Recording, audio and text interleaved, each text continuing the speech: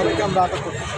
আর যারা যেসব পয়েন্টগুলি থেকে আমরা হলো অপরাধ করতে পারি সেই পয়েন্টগুলিকেও আমরা ইতিমধ্যে কিন্তু ক্লোজ করে দিয়েছি। সেখানে আমাদের টিম আছে, একাধিক টিম আমাদের নামানো হয়েছে। জেলা পুলিশ, পুলিশ র্যাব সবাই সমন্বিত উদ্যোগ আমরা কাজ করছি।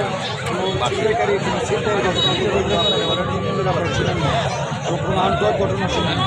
12টায় তিনটে এখানে অনেক সমাগম করবে, সেই সমাগমকে কেন্দ্র করে যদি ছিনতাই সেই জায়গাটাতে আমাদের একটা অবস্থান। পাশাপাশি হচ্ছে কেউ যেন নিরাপত্তাটাকে বিঘ্নিত না করতে পারে সেই জায়গাটাতে আমাদের অবস্থান। কিন্তু আরেকটা অবস্থান হচ্ছে এই সমাগমকে কেন্দ্র করে নিজের দোকান যারা ব্যবসায়ী তারা আমার পর্যটক জিম্মি না করতে পারে সেই জায়গাটা আমরা সবাইকে বলে দিয়েছি। পচা মাছ খাওয়ানো যাবে না।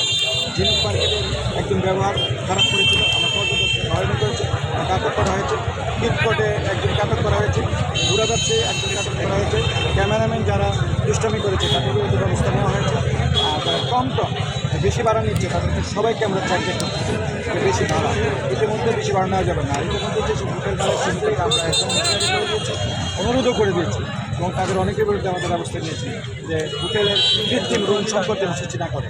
পাশাপাশি একটা শ্রেণীর সৃষ্টি হয়েছে দালাল শ্রেণী, দালাল তাদেরকে রুম না কিন্তু টাকা নিচ্ছে, পর্যটককে বিপদে করে ফেলছে। এরকম জাহাজের টিকিট নেয় অর্থাৎ টিকিটের টাকা নিচ্ছে, সেই টাকাগুলো আমরা উদ্ধার করে দিচ্ছি।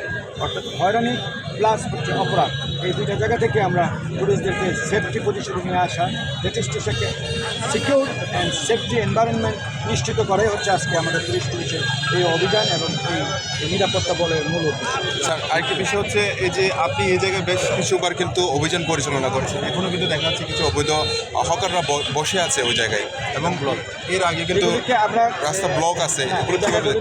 সেই টাইমটাই আমরা ওনাদেরকে সময় দিয়েছি, তারা নিজেদেরকে টাইম কিন্তু তারা চলে যাবে। যদি না যায় এই পুরো রুটটাকে আমরা তাদেরকে খালি করে দেবো, কেউ এখানে বসার কোনো সুযোগ বসতে পারবে না।